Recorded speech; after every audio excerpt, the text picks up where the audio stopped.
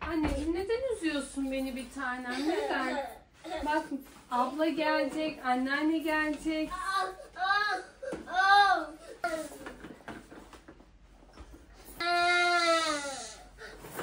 Miyavlara bakacak mısın?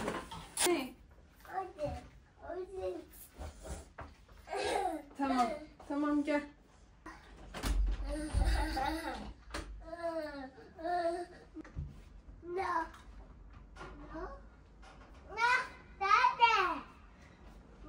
Miyav nerede diyor, anlayabiliyor musunuz? Söyle Miyav neredesin?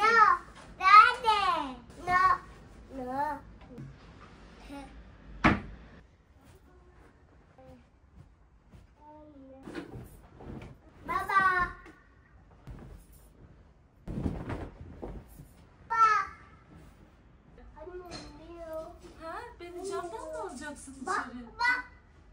Kim var orada? Miyav mı var? Geleyim mi camdan içeri? Ha? Geleyim mi? Hoş geldin. O geliyor. Çok güzel vallahi bir şeyler al da. O geliyor. Kapıyı da açık mı bu kadar? Açık açık. Gel. Gel kaçırayım. Gel nereye? Miyav mı var? Nerede? Nereye? Gidiyor mu? Bay bay. Hadi bay bay yap anne. Vallahi gidiyor. Gider.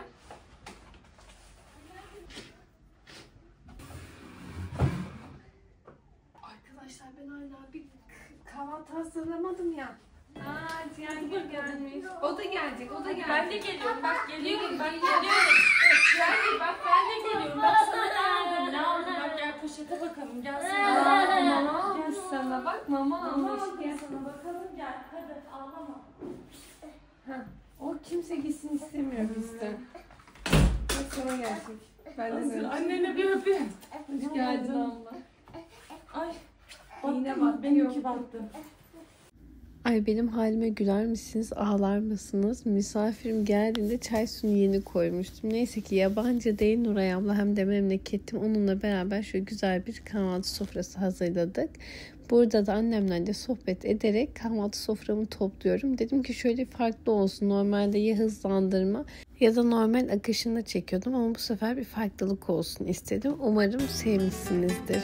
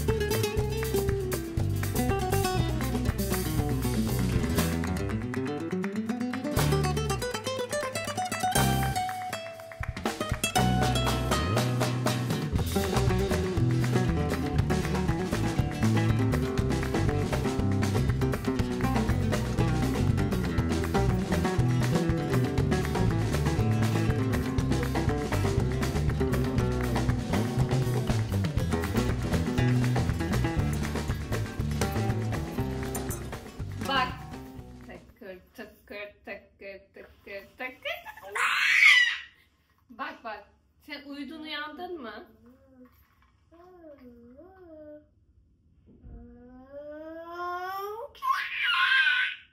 Oh.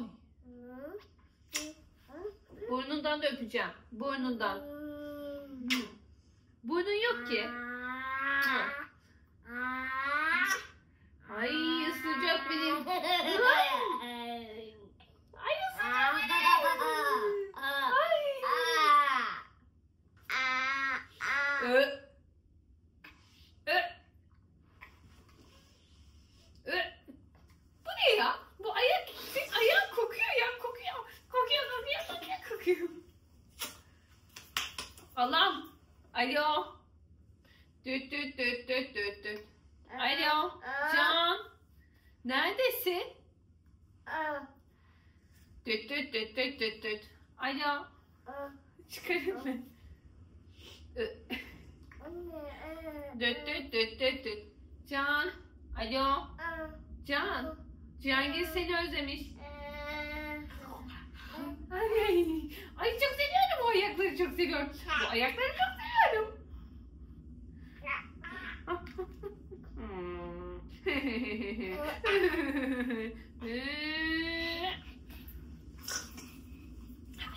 Hadi.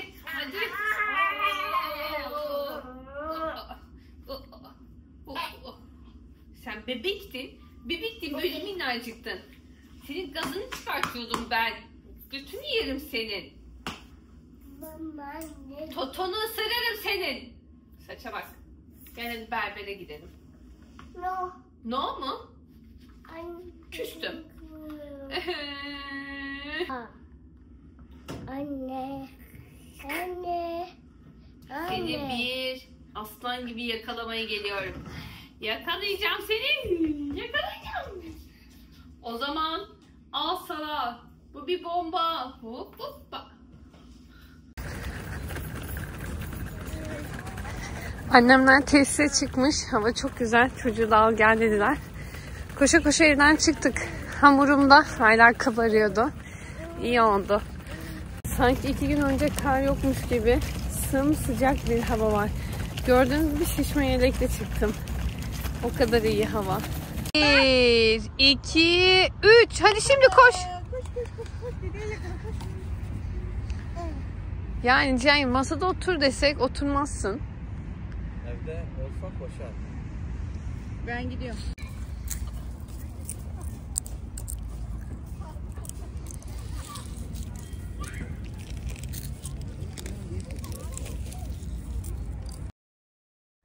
Arkadaşlar Cihangir arkada çok fazla ağlayıp sızlandığı için o gürültünün önüne geçemediğim için bu şekilde arkadan seslendirme yapacağım. Gördüğünüz üzere sizinle beraber yoğurduğum bu hamuru 1 saat kadar mayalandırdım. O sırada parka gidip geldik. Geldiğimde çok güzel mayası tutmuştu. Şimdi kendi göz kararınca büyüklükte hamurumu açıyorum. Burada sadece size verebileceğim püf nokta pizzanın sosuna sarımsak eklemeniz ve baharatlarını bol kullanmanız. Ben bir de bu sosa ketçap ve tatlı biber salçası koydum. Bir diğer verebileceğim püf nokta ise pizza malzemelerinizi pişirmeniz. Ben de gördüğünüz gibi sucuk, çok özür dilerim, zeytin ve mısır dışında bütün malzemelerimi pişirerek koydum. Bu şekilde streçleyip dondurucuya atıyorum ve hemen çıkarıp pişiriyorum. Eşim bayılıyor. Afiyet olsun.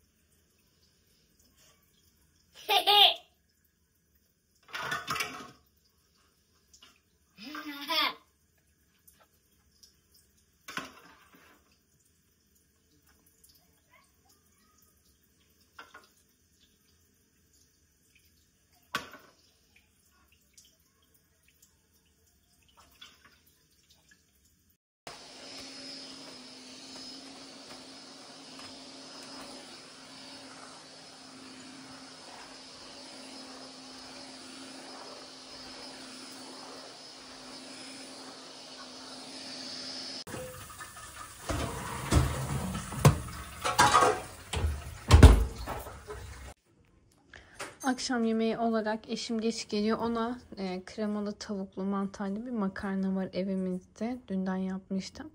Ben de burada 3 yemek kaşığı yoğurdun üzerine 2 yemek kaşığı ince öğütülmüş yulaf, biraz tarçın, muz, çilek, chia tohumu ve ceviz olarak bir granola kasesi hazırladım.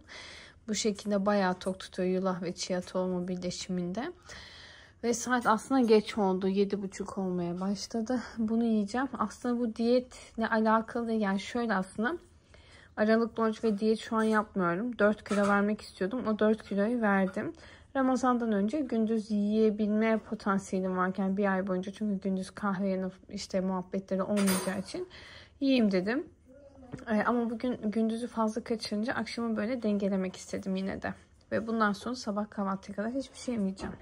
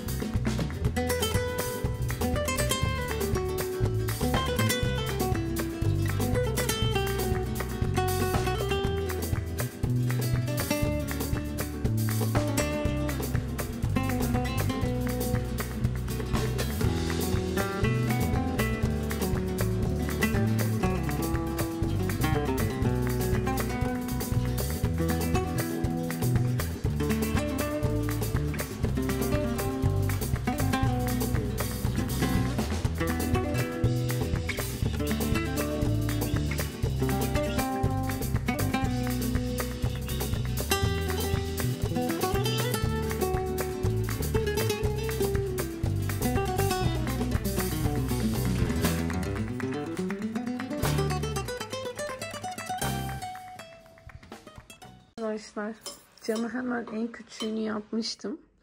Bak 2 tane böyle küçük, 3 tane orta boy var. Az önce kendisi bana iltifat etmeye başladı da dedim ki dur sus. Sus, çekmem lazım. İltifat etmiyorum. Kesinlikle katkısız yediğim en lezzetli, en güzel pizza olabilir. Hadi ya. Sana yemin ediyorum. Ve sucuk yoktu evde bir de. Ve şu an bunun nasıl yaptığını, hamuru nasıl sağladığını, üzerindeki o salça domates sosu mu neyse onu nasıl yaptı inanılmaz derecede merak ediyorum. Bir de bir şey diyeceğim. Bunda da hayfene var. Hayfene mi?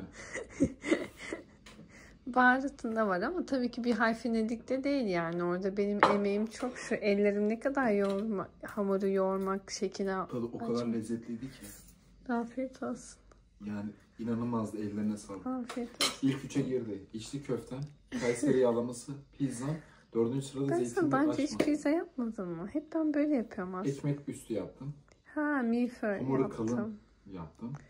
Ama bu annenin de yaptığında bu aynıydı. İnanılmazdı. Afiyet Bizim fırından nasıl böyle bir şey çıktı hatta onun şokundayım şu an. O derece yani. Yani senin lezzetin için demiyorum. Normal biliyorsun bizim fırınımız biraz sıkıntılı pişiriyor. İnanılmaz yani. Ellerine sağlık. Bayıldım. Afiyet olsun. Şu an ikincisini ısıtmak için senden Makarnayı biraz da. Makarnayı bitir ha. Isıtalım. Ama buzluktan çözülmez ki o. Bunu buzlar. yarın da. Tam yarın da pişiririm. İnanılmazdı ya. Tamam. Çok güzeldi. Hadi sen çocuğu yatağına getir de. Yani Kenarda kaldı ama. Biraz daha şunun tadına varayım. Bitti ya. Bitti ama etkisi değil. Ama çocuk yatağın kenarında ya. O zaman yap çocuk. Kalk. Arkadaşlar, ben yeşil çay ve meyvemi aldım. Benim kocam cipsini, abur cuburun tatlılarını gömmek üzere. Koltuklarımıza geçiyoruz. Burası hep Can'ın yeridir. Burası da hep benim. Şunlar bile yıkanacak. Her şey gözüme çok batıyor bu evde. Her şey. Ben dahilim. Sen de. Bazen batabiliyorsun. Neyse. Kirayı ortak ödüyoruz falan diyormuşum. Bu arada kirayı ben hiç ödemedim evlendim. Neyse arkadaşlar, izlediğiniz için teşekkürler. Kendinize çok iyi bakın. Hoşçakalın.